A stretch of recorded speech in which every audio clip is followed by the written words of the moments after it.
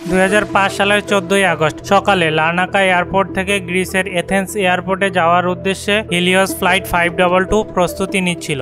সকাল 9টা 7 মিনিটে flight take off করে। প্লেনে ছিল 115 জন প্যাসেঞ্জার এবং 6 জন ফ্লাইট ক্রু মেম্বার সহ মোট 121 জন।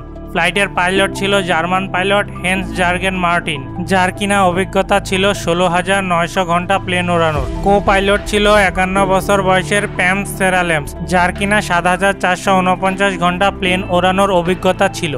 প্লেন টেক অফের 15 মিনিট পরে 9টা 12 মিনিটে প্লেন 12,040 ফিট উচ্চতায় পৌঁছে যায়।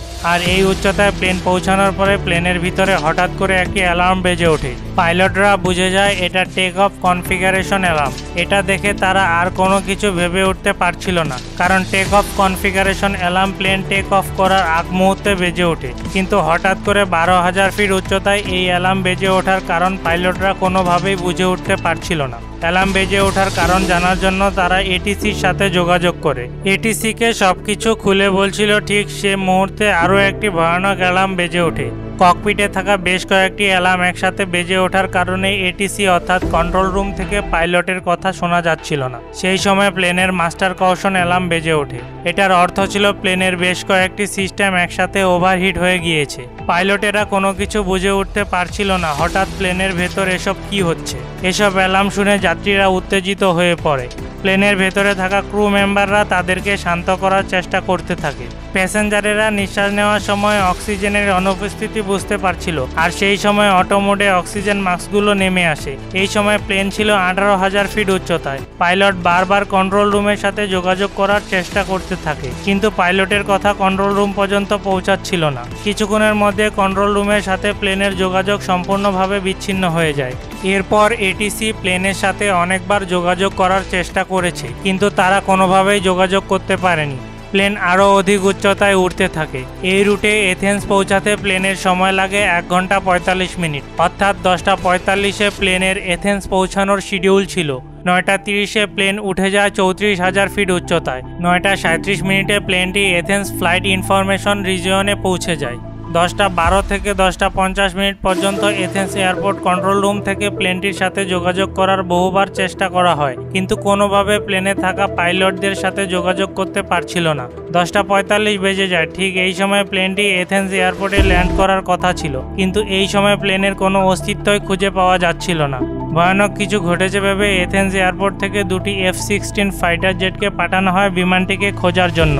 বেশ কিছুক্ষণ খোঁজার পরে অবশেষে প্লেনটিকে খুঁজে পায়। একটি ফাইটার জেট প্লেনটির খুব কাছাকাছি চলে আসে। ফাইটার জেটের পাইলট দেখতে পায় কো পাইলটের সিটে কেউ একজন বসে আছে, আর মেইন পাইলট নিজের মাথা ঝুঁকিয়ে অজ্ঞান হয়ে পড়ে আছে। ফাইটার জেট পেছনে আসে। তারা প্লেনের জানলা দিয়ে দেখতে পায় দুটি ফাইটার জেট প্লেনটিকে ফলো করা সত্ত্বেও কোনো প্যাসেঞ্জার তাদের দিকে তাকাচ্ছিল না। কোনো প্যাসেঞ্জারের মধ্যে কোনো অনুভূতি নেই।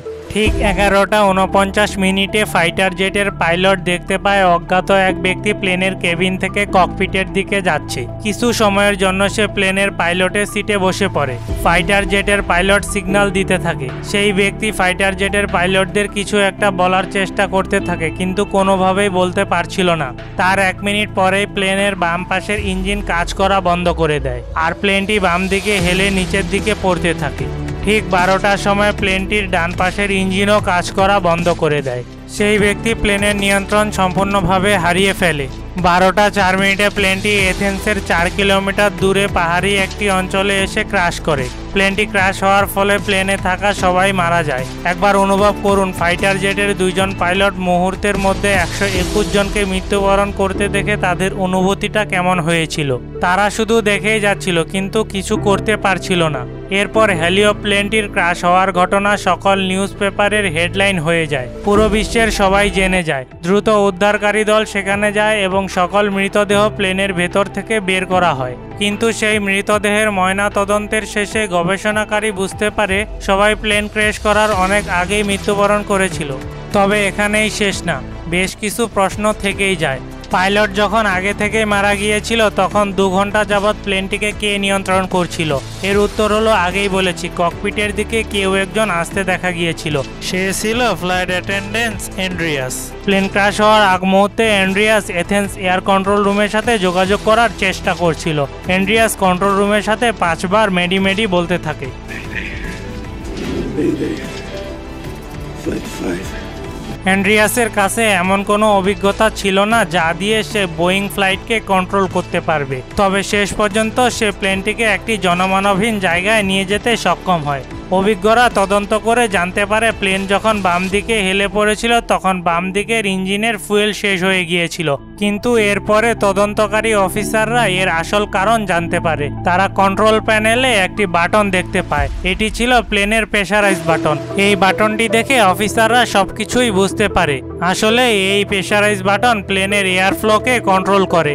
এটি মূলত প্লেনের মধ্যে অল্প অল্প করে বাইরের বাতাস ভেতরে প্রবেশ করায়, যাতে করে প্লেনের মধ্যে অক্সিজেনের কমতি না দেখা দেয়। এই প্রেসারাইজ বাটন অটোমেটিক মুডে রাখা হয়, আর যদি বাটন ম্যানুয়াল মুডে রাখা হয় তাহলে ক্যাপ্টেন এবং কো পাইলটকে এটার দিকে নজর দিতে হয়। ঠিক এমনটা কেন ঘটলো এটা জানতে হলে প্লেনটিকে টেক অফ এর একদিন পূর্বে ফিরে যেতে হবে।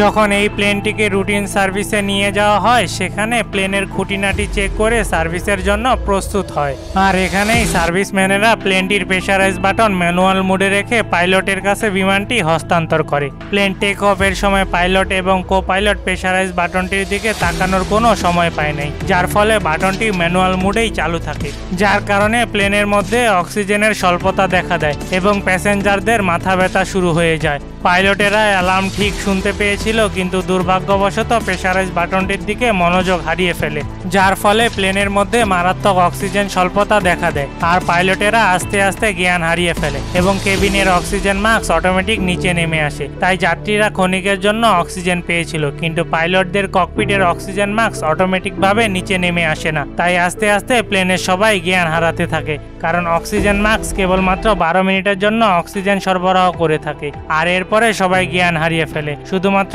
একজন ছাড়া, তিনি হলেন ফ্লাইট অ্যাটেন্ডেন্ট অ্যান্ড্রিয়াস। আপনারা হয়তো ভাবছেন অ্যান্ড্রিয়াসের কেন অক্সিজেনের ঘাটতি দেখা দিল না। আসলে অ্যান্ড্রিয়াস ছিল একজন স্কুবা ড্রাইভার, আর স্কুবা ড্রাইভাররা তাদের নিঃশ্বাস লম্বা সময় পর্যন্ত ধরে রাখতে পারে। তাই অ্যান্ড্রিয়াস এই পরিস্থিতিতে বেশ কিছুক্ষণ তার শ্বাস প্রশ্বাস চালিয়ে যেতে থাকে। ইতোমধ্যে প্লেনে থাকা সবাই লাশ হয়ে গিয়েছে, আর অ্যান্ড্রিয়াস প্রাণপণে চেষ্টা করতে থাকে প্লেনটিকে ল্যান্ড করানোর জন্য, কিন্তু শেষ পর্যন্ত সে ব্যর্থ হয় এবং প্লেন ক্রাশ করে। প্লেনে থাকা সকলের মৃত্যু ঘটে। এই ঘটনার 15 মাস পরে এথেন্স এয়ারপোর্ট কর্তৃপক্ষ একটি রিপোর্ট প্রকাশ করে বাটনটি অটো মোডে থাকার কথা ছিল, কিন্তু সার্ভিসম্যানেরা সেটাকে ম্যানুয়াল মোডে দিয়ে দেয়, আর পাইলটেরাও সেটা লক্ষ্য করেনি। সার্ভিসম্যানেরা যদি এটিকে অটো মোডে সেট আপ করে দিত তাহলে হয়তোবা এমন মর্মান্তিক দুর্ঘটনা ঘটতো না। ভিডিওটি ভালো লাগলে লাইক করতে পারেন, এবং আপনি যদি এমনই রোমাঞ্চকর, আনকমন ও ইন্টারেস্টিং ভিডিও দেখতে পছন্দ করে থাকেন তাহলে রহস্যজাল চ্যানেলটি এখনই সাবস্ক্রাইব করুন এবং পাশে রাখা বেল আইকনটি প্রেস করুন। তো দেখা হচ্ছে আগামী এপিসোডে, ততক্ষণ পর্যন্ত ভালো থাকবেন, ধন্যবাদ।